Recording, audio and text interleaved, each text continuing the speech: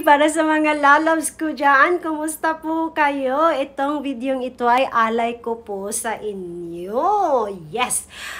Mayroon ako mga lalabs dyan na nakikita ko. Nag-i-start na silang mag-reels. Excited ako sa journey ninyo mga lalabs. Alam nyo naman na nakikita ninyo since nag-i-start ako. Alam nyo na kung sino kayo.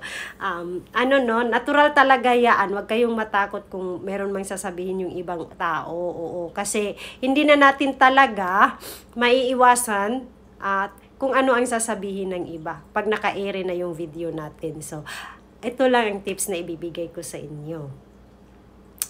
Alam nyo ang ginagawa nyo at kilalang kilala ninyo ang inyong mga sarili. Kasi hindi natin iasa ang ating kalagayahan sa ibang tao kung hindi tayo mismo ang pipili na lumigaya. So, I'm happy for you guys at enjoy sa inyong journey at to din paalala din po para madali kayong mayakap. Mag-pin po kayo ng short video kahit nagsasalita lang or nagwi-welcome sa mga taong gustong yumakap sa inyo. Kahit few seconds lang, wag masyadong habaan. Oo. Short lang po at sana nga ito'y makatulong at excited ako sa journey ninyo at kasama niyo po ako. Kasama niyo po ako sa journey ninyo mga lalabsan. Thank you so much kasi nga nandyan kayo palagi. Nandyan kayo palagi sa mga taong nalalabs ko, no? Sa mga lalab ako. Maraming salamat mga lalabs kasi pinili niyo po akong kilalanin sa likod ng aking content.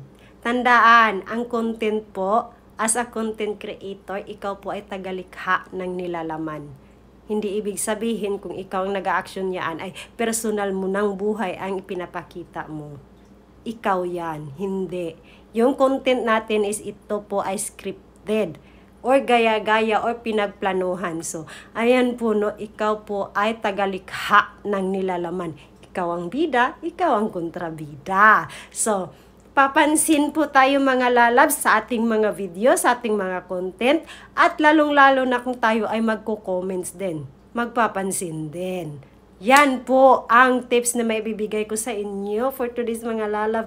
Enjoy at excited ako sa ating journey dito. Bye-bye!